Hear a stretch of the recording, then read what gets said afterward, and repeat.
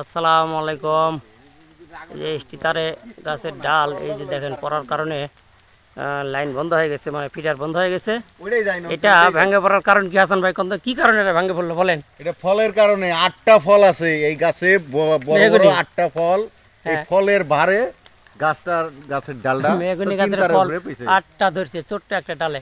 8টা ফলের ভারে 8টা ফলের ভারে তার 3টার উপরেই মানে ডালটা পড়ে যাওয়ার কারণে বিদ্যুৎ নাই।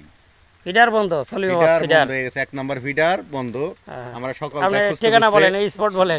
সকাল থেকে খুঁজতে এখানে পাইলাম। এটা নবগ্রাম প্রাইমারি স্কুল সংলগ্ন, তার পশ্চিম সাইডে নাগরপুর থানা, টাঙ্গাইল জেলা। এটা এইভাবে বলতে হবে, তাহলে লোকজন বুঝবে। থানা টাঙ্গাইল জেলার তিরসা সাব স্টেশন, নাগরপুর 2।